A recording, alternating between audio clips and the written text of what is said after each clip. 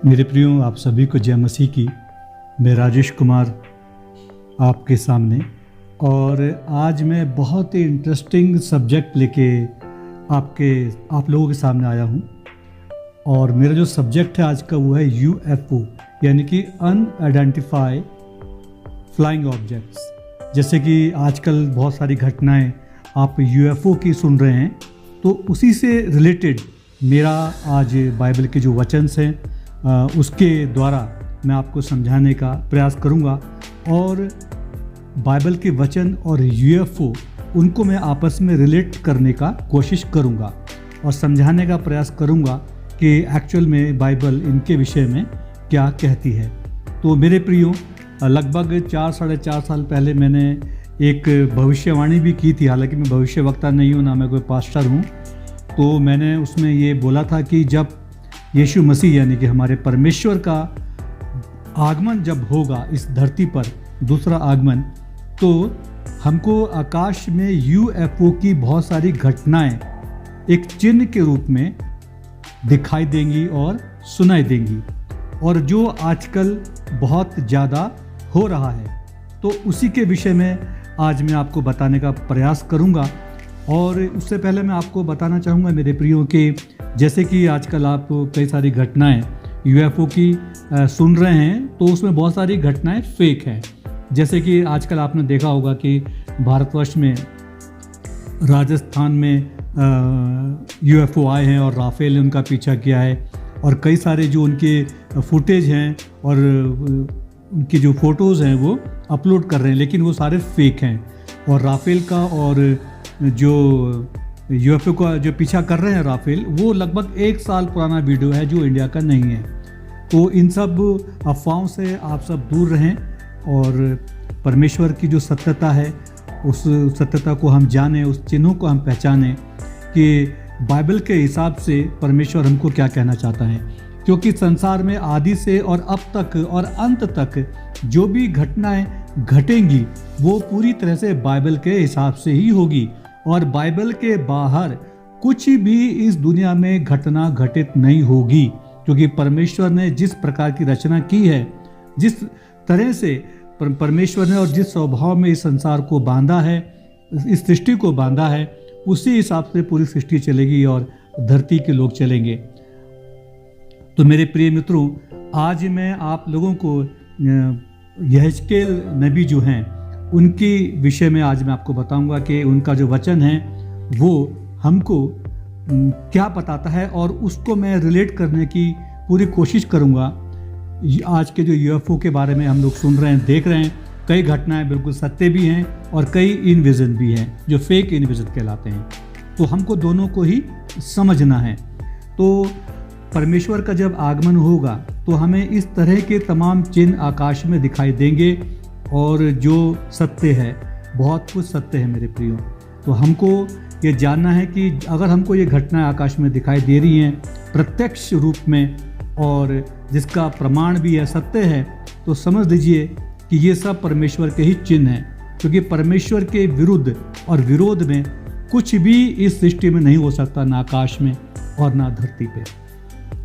तो आज हम नबी यहेजकेल पुराने नियम से उनके कुछ वचनों को पढ़ेंगे और प्रयास करेंगे कि UFO की जो घटना है वो किस तरह से इससे अपना संबंध स्थापित करती हैं। तो आइए चलते हैं परमेश्वर के विषय यहेजकेल का प्रथम दर्शन। तो मेरे प्रियो, जैसे कि यहेजकेल नबी ने, दानियल ने और यूहन्ना ने जो दर्शन देखे थे, जो परमेश्वर की कृपा से, वो तीनों ही ने लगभग एक समान दर्शन देखे, पुराने नियम में भी और नए नियम में भी। तो कहने का मतलब ये है कि परमेश्वर एक है, और प्रभु यीशु मसीह का जो आगमन, प्रथम आगमन जो धरती पे हुआ था, वो स्वयं परमेश्वर यहोवा ही थे, और दूसरा आगमन भी जो उनका होना है वो प्रभु यीशु मसीह का, वो स्वयं प्रभु परमेश्वर, महापरमेश्वर, हमारे यहोवा परमेश्वर ही हैं। तो यहोवा परमेश्वर के द्वारा दिखाया हुआ ये दर्शन है जो नबी यहेजकेल जी को दिखाया था, और नए नियम में प्रभु यीशु ने यूहन्ना को वो दर्शन दिखाया था। तो कितनी समानता है। तो हम ये मान सकते हैं कि बाइबल की हर बातें बिल्कुल सत्य की कसौटी पर खरी है। इसको किसी भी प्रकार से हम नकार नहीं सकते। ना हमारे अंदर वो बुद्धि है, ना समझ। संसार का कितना भी बड़ा वैज्ञानिक, महावैज्ञानिक आ जाए, वो इसको कभी भी तोड़ नहीं सकता, है ही नहीं। तो आइए हम समझने का प्रयास करेंगे, ज़्यादा समय आपका ना खराब करते हुए। परमेश्वर का सिंहासन। अब देखिए, सेम जो यूहन्ना ने प्रकाशित वाक्य में परमेश्वर का सिंहासन देखा था, वही पुराने नियम में यहेजकेल नबी जी ने देखा था। तो प्रथम हम इनका वचन पढ़ेंगे, पहले अध्याय का पहला वचन। 30वें वर्ष के चौथे महीने के 5वें दिन मैं बंदियों के बीच कबार नदी के तट पर था। तब स्वर्ग खुल गया और मैंने परमेश्वर के दर्शन पाए। यहोयाकीन राजा की बंधुआई के 5वें वर्ष के चौथे महीने के 5वें दिन को कसदियों के देश में कबार नदी के तट पर। ठीक है, तो यहेजकेल नबी बताना चाहते हैं, जब वो 30 वर्ष 4 महीने और 5 दिन के थे, तो कबार नदी के तट पर जब वो यहोयाकीन राजा के जितने भी बंधु थे, यानी कि बंधुए थे, जो दास थे, जिनके अधीनता में यहेजकेल नबी और उनके साथी लोग काम करते थे, तो वहीं पर ही अपने उन्हीं साथियों के साथ जब वो कबार नदी के तट पर बैठे थे, तो परमेश्वर ने उनको एक दर्शन दिया। यहोवा का वचन बूजी के पुत्र यहेजकेल याजक के पास पहुंचा और यहोवा की शक्ति उस पर वहीं प्रकट हुई। तो बूजी जो थे, बूजी के पुत्र थे यहेजकेल जी, तो वहीं पर ही बैठे बैठे परमेश्वर ने उनको दर्शन दिए। तो यहेजकेल नबी बोलते हैं, जब मैं देखने लगा तो क्या देखता हूं कि उत्तर दिशा से बड़ी घटा और लहराती हुई आग सहित बड़ी आंधी आ रही है, और घटा के चारों ओर प्रकाश और आग के बीचों बीच से झलकाया हुआ पीतल सा कुछ दिखाई देता है। तो मेरे प्रियो, ये एक्चुअल में जो यहेजकेल नबी ने जो देखा ये पूरा, तो ये बहुत बड़े आकार का एक यूएफओ ही है, यूएफओ ही है। तो ये अनआइडेंटिफाइड फ्लाइंग ऑब्जेक्ट ही था, ये है अभी जो आने वाला है। तो हम लोग जब कहते हैं कि परमेश्वर जो हैं जब आकाश से इस पृथ्वी पर आएंगे तो घोड़े पे सवार होकर आएंगे अपनी सेना पे, तो घोड़े कुछ नहीं, घोड़े पे नहीं आएंगे, परमेश्वर के अपने वाहन हैं। अपने वाहन पे बैठकर वो इस पृथ्वी पर आएंगे, और जब वो पृथ्वी पर आएंगे तो तमाम लोगों को वो वाहन जो है एक यूएफओ की तरह दिखाई देगा। तो वही घटना है, कोई अलग से कोई ऐसी अद्भुत घटना नहीं होगी कि स्वर्ग से जो है परमेश्वर मुकुट पहन के, सफ़ेद वस्त्र पहन के, सफ़ेद घोड़ों में अपनी सेना के साथ आ रहे हैं, ऐसा नहीं है। तो बिल्कुल जो आजकल हम लोग यूएफओ को देख रहे हैं, जिन घटनाओं को हम देख रहे हैं, जब ऐसा होगा तो सब दुनिया के लोग यही बोलेंगे कि बहुत बड़ा यूएफओ आ रहा है। तो ये उसकी घटना है। तो उसके विषय में जैसे बताया गया है कि जब मैंने देखा तो क्या देखता हूँ कि उत्तर दिशा से बड़ी और लहराती हुई आग सहित बड़ी आंधी आ रही है। यानी कि जो यूएफओ, जब इतना बड़ा यूएफओ जब आएगा तो वो एक तरह से ऐसा दिखाई देगा कि जैसे आंधी आ रही हो, काले बादल छा गए हो, और उसके चारों ओर आग की लपटें उठ रही हों, और एक बहुत ही बड़ा प्रकाश वो फैलाते हुए इस पृथ्वी पर आएगा। और पीतल सा, यानी कि जैसे उसका जो चमक होगी, जैसे हम पीतल को तपा देते, तपाने के बाद जो पीतल की जो चमक होती है, उसी प्रकार से उसकी चमक होगी। और उसके बीच से 4 जीवधारियों के समान कुछ निकले। उनका रूप मनुष्य के समान था, परंतु उनमें से हर एक के 4-4 मुख और 4-4 पंख थे। उनके पांव सीधे थे और उनके पांवों के तलवे बछड़ों के खुरों के से थे और झलकाए हुए पीतल के समान चमकते थे। उसके बीच से 4 जीवधारियों के समान कुछ निकले। ठीक है, तो उस यूएफओ के, जब यूएफओ बड़ा वो यूएफओ आ रहा था, तो उसमें मनुष्य के रूप के समान 4 जीवधारी निकले। यानी कि वो 4 जो लोग थे परमेश्वर के स्वर्गदूत थे, जो उस बड़े यूएफओ से निकले बाहर, और 2 लेफ्ट साइड और 2 राइट साइड में थे। ठीक है। और उन वाहनों को, वो यूएफओ को जो वाहन थे जो मनुष्य जैसे दिखाई दे रहे थे, तो उनको जो है एक, हर वाहन को एक मनुष्य बैठा हुआ जो है ड्राइव कर रहा था, ठीक है। ये वो है, उस तरीके से है। परंतु उनमें से हर एक के 4-4 मुख और 4-4 पंख थे, ठीक है। तो यूएफओ के बारे में बताया गया है कि 4-4 उनके 4-4 मुख थे। मुख का मतलब उनके जो पंख थे, पंखों के सामने 2 जो बड़े इंजन टाइप के जो लगे होते हैं, ठीक है। तो 2 लेफ्ट साइड के और 2 राइट साइड के, जैसे कि हम एरोप्लेन में देखते हैं, तो उसी प्रकार से यूएफओ में भी होंगे। और 4-4 पंख थे, यानी कि 2 एक साइड में और 2 एक साइड में। उन पंखों के साथ में थे वो इंजन। उनके पांव सीधे थे और उनके पांवों के तलवे बछड़ों के खुरों के से थे और झलकाए हुए पीतल के समान चमकते थे। उनके पांव सीधे थे, यानी कि वो जो वाहन हैं उनके 4 क्या हैं, जो टिकाने वाले हम लोग क्या कह सकते हैं, स्टैंड, ठीक है। वो 4 स्टैंड उसमें लगे हुए थे जो बिल्कुल लटके हुए थे। वो दिखाई देंगे जब ऐसा कुछ सीन आएगा, तो आप जरूर देखेंगे उनको। और उनके पांवों के तलवे बछड़ों के खुरों के से थे और झलकाए हुए पीतल के समान चमकते थे। तो वो जो स्टैंड थे वो बिल्कुल पीतल के समान बहुत ज़्यादा चमकदार थे।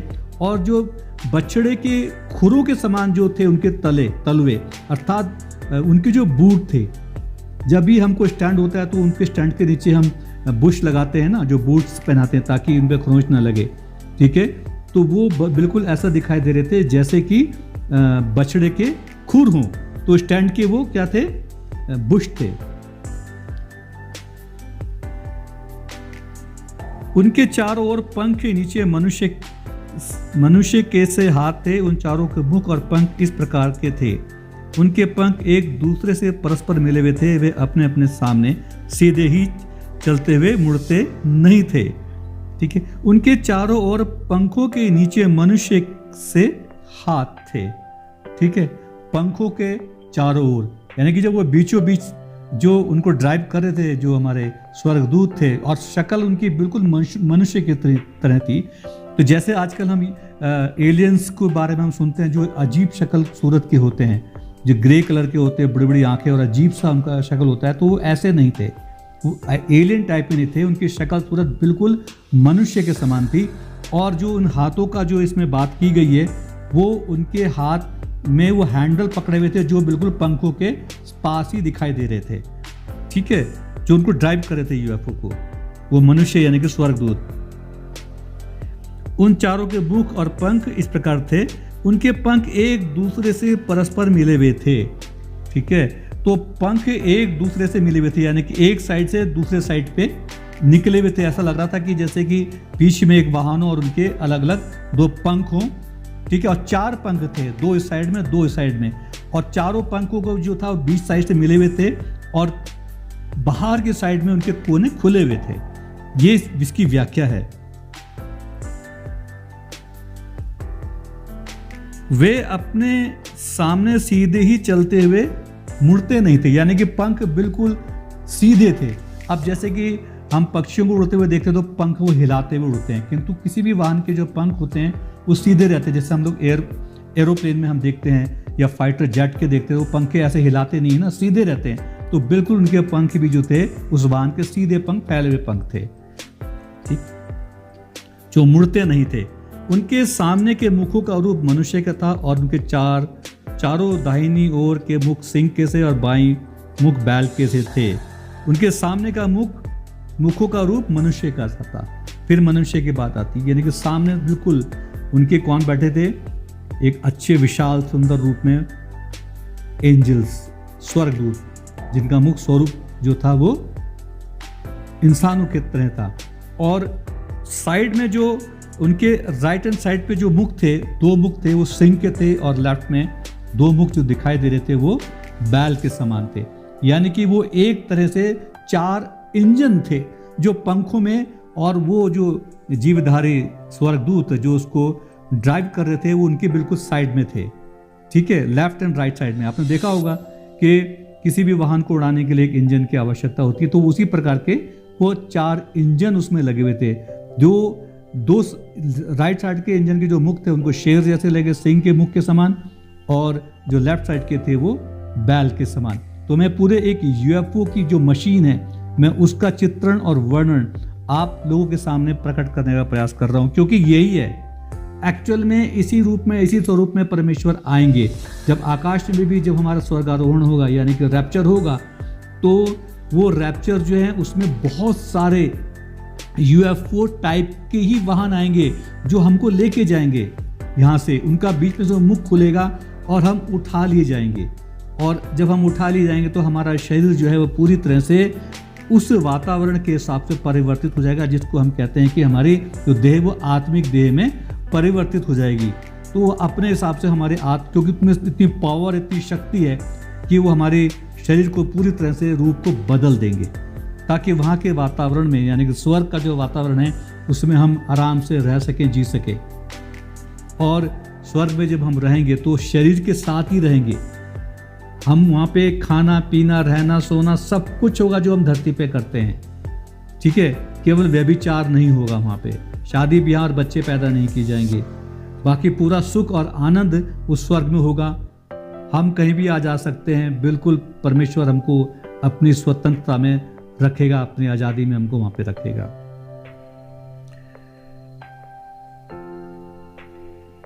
और चारों के पीछे के मुख उकाब के पक्षी कैसे थे, ठीक है। अब पीछे का जो मुख होता है, कोई भी वाहन होता है, एरोप्लेन होता है या फाइटर जेट होता है, उसके पीछे एक चोंच लगी होती है, दो छोटे पंख भी वहाँ होते हैं, ठीक है।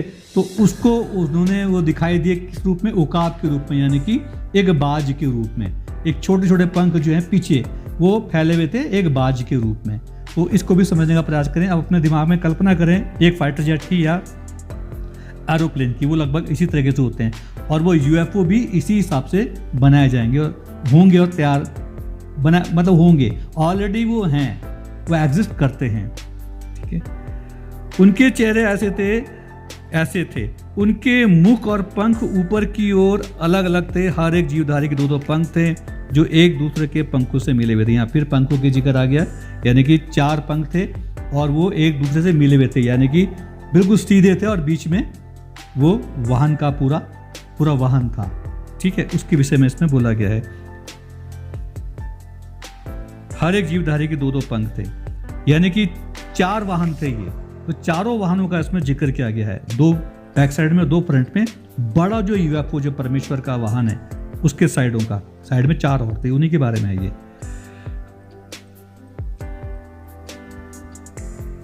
वे सीधे अपने अपने सामने ही चलते थे, जिधर आत्मा जाता था वे उधर ही जाते थे, और चलते समय मुड़ते नहीं थे। यानी कि उनकी जो दिशा थी वो बिल्कुल परमेश्वर का जो वाहन था, बड़ा वाहन, विशाल वाहन, उसी के साथ साथ ही वो चलते थे। यानी कि वो परमेश्वर के दास थे, प्रहरी थे, ठीक है। और जो परमेश्वर के साथ साथ चलते हैं, यानी कि राजा महाराजा जब चलते हैं अकेले थोड़ी चलते हैं, उनके आगे पीछे उनके प्रहरी होते हैं, उनके दास लोग होते हैं, वो चलते हैं। तो इस वाहन में भी उसी प्रकार से बताया गया है। जीवधारियों के रूप अंगारों और जलती हुई मशालों के समान दिखाई देते थे, और वे आग जीवधारियों के बीच इधर उधर चलती फिरती हुई बड़ी प्रकाश देती रही, और उस आग से बिजली निकलती थी। यानी कि जैसे भी आप लोगों ने यूएफओ देखा, जब बड़ा आता है तो चारों तरफ ये वाला जो होगा परमेश्वर की जो स्वर्ग से उतर कर आएंगे, जो चारों तरफ बहुत ही जबरदस्त लाइटिंग होगी, रंग बिरंगी तरह की लाइट होगी, जो घूमती हुई पूरे चक्र की तरह घूमती हुई वो दिखाई देगी, और उसका रोशनी इतनी जबरदस्त रोशनी होगी कि पूरा धरती ही प्रकाशित हो जाएगी। इतना कमाल का वो होगा, दिखने में बहुत ही अद्भुत और दिल को सुकून देने वाला, और बिल्कुल भी भयभीत करने वाला नहीं होगा वो दृश्य। और जो परमेश्वर के लोग हैं वो समझ जाएंगे कि हम परमेश्वर का दूसरा आगमन इस धरती पर हो गया है। पहला आगमन जो यीशु मसीह के रूप में हुआ था, दूसरा जो आगमन है एक्चुअली जो हम रैप्चर का बोलते हैं, वो परमेश्वर का आगमन नहीं, वो हम लोगों का रैप्चर होगा। जब परमेश्वर इस पृथ्वी पर आएंगे राज करने के लिए, उसको हम परमेश्वर का दूसरा आगमन कहते हैं। तो मेरे प्रियो, मैं आज ज़्यादा लंबा इसको नहीं खींचूंगा अपना वीडियो, वरना बहुत ज़्यादा हो जाएगी और मैं छोटी सी व्याख्या आप लोगों के समक्ष अपने साधारण सी बोली में, साधारण सी बातों में रखने की मैंने कोशिश करी और मुझे उम्मीद है कि आप लोग इसको समझ पाए होंगे जितना भी मेरा प्रयास रहा। और मेरा हमेशा यही प्रयास रहता है कि आप लोगों को मैं एक अच्छी बातें बाइबल के अनुसार, जो बाइबल हमको कहती है, समझाती है, जो सत्य तथ्यों पे आधारित है और बिल्कुल आधुनिक है, बिल्कुल आधुनिक रूपरेखा में ही हमारा पूरा बाइबल है। हमारा वैसा बाइबल नहीं है जैसे कि बाकी धर्मशास्त्रों में एक बातें बताते हैं कि जिसका कोई सिर पैर ही नहीं, अजीब सी खिचड़ी पकी हुई होती, जो ना उसका कहीं भी कोई सत्य पर उसके जो तथ्य है वो आधारित होते ही नहीं, अजीब सी कहानियाँ होती हैं। लेकिन ये परमेश्वर की बिल्कुल सत्य कहानी है, आधुनिक, एकदम मॉडर्नाइज्ड है पूरी तरह से, ठीक है। और जो हमको स्वीकार्य भी होगा, जो पूरी तरह से हम स्वीकार होगा, हर संसार का हर व्यक्ति जो परमेश्वर में है या नहीं है वो भी देख के वो स्वीकार्य करेगा। इसलिए अभी से ही छोटी छोटी जो घटना है यूएफओ की हम लोगों के सामने प्रकट होना शुरू होगी, ताकि हमारा विश्वास और बढ़ जाए। उसके बाद जब परमेश्वर के साक्षात दर्शन होंगे, जब परमेश्वर की खुद की उड़न तश्तरें आएंगी इस धरती पे, आकाश में, तो तब हमको ऐसा नहीं लगेगा कि कोई बहुत ही बड़ी अलग से कोई चीज़ हो रही है। तो बिल्कुल हमें परफेक्ट साइंटिफिक तौर पे लगेगी और हम लोग यही समझेंगे कि एलियंस आ गए हैं, क्योंकि एलियंस के आजकल बहुत ज़्यादा जिक्र है। तो हम हमारी भाषा में, धरती के लोगों की भाषा में, हो सकता है वो एलियन ही बोलें, लेकिन वो एलियंस नहीं, वो परमेश्वर साक्षात हैं और परमेश्वर के स्वर्गदूत हैं, जो अपने अपने वाहनों पे इस धरती पर आएंगे। जब हमारा रैप्चर होगा तब भी छोटे छोटे यूएफओ हमको लेने आएंगे, सबको। बड़ा यूएफओ भी आएगा परमेश्वर का, उसमें भी हम लोग जाएंगे और वो जो सुख है, वो आनंद है, वो बहुत ही अलौकिक और दिव्य होगा और बहुत ही आनंद और निरानंद, परमानंद से परिपूर्ण होगा मेरे प्रियो। और उन सब का हमको इंतज़ार है और इसलिए मैंने आपको बताया कि ये सब घटना बहुत जल्दी होने वाली है, बहुत जल्दी हम लोगों का रैप्चर होने वाला है। अपनी कमर की पेटी को सब बांध लीजिए, तैयार रहिए, मैं आपको सच कह रहा हूँ, ठीक है। इन्हीं की शब्दों के साथ मैं अपने आज की इन वचनों को मैं पढ़ना बोलना समाप्त करता हूँ और छोटी सी प्रार्थना आप सभी लोगों के लिए करता हूँ कि मेरे पिता परमेश्वर, जितने भी लोग मुझको देख रहे हैं, सुन रहे हैं, समझ रहे हैं, विश्वास कर रहे हैं, उन सब पे तो अपनी विशेष कृपा रख। और परमेश्वर, मैं आपसे प्रार्थना करता हूँ कि जितने भी तेरे दास हैं, जितने भी लोग तुझसे मोहब्बत करते हैं, जो सत्य हैं, सत्य की जो कसौटी पे बात तूने कही है मेरे परमेश्वर, उसको समझें। वो किसी तरह को चमत्कार में ना फंसे कि कुछ आलू चमत्कार होगा, ये होगा, वो कुछ नहीं। परमेश्वर की जो सृष्टि है वो स्वयं में अपना एक बहुत बड़ा चमत्कार है, जो हम नित्य दिन प्रतिदिन हम लोग देखते हैं। हम परमेश्वर के चमत्कारों के बीच में ही हम पैदा हुए, उसी के बीच में हम सांस लेते हैं और उसी के चमत्कारों का बनाया हुआ भोजन हम लोग ग्रहण करते हैं। यही परमेश्वर के चमत्कार हैं। हमारे सांसें, हमारा शरीर, हमारी बोली, हमारी वाणी, हमारी बुद्धि, हमारा कर्म, ये सब परमेश्वर की ओर से यही चमत्कार है, इसी को चमत्कार कहते हैं। और परमेश्वर का जो आगमन होगा वो भी पूरी तरह से प्रकृति के परिपूर्ण होगा, प्रकृति से ओत प्रोत होगा, वो प्रकृति के अलग कुछ भी नहीं होने का। जैसे प्रकृति परमेश्वर ने रची है, उसी के आधार पर ही सब कुछ होने वाला है। पिता परमेश्वर सबको तो अपनी खूब आशीष दे और सबके घरों में सुख शांति हो और सब तेरे दास तेरे में बिल्कुल मिल जाएं, घुल जाएं मेरे पिता, और तेरे आगमन की और हमारे उत्थान की और हमारे उठाए जाने की तैयारी में वो लोग सब मिल जाएं, लगे रहे मेरे पिता। हमारी इस सब प्रार्थना को सुन और कबूल कर, आमीन। ठीक है मेरे प्रियो, बाय, मिलते हैं।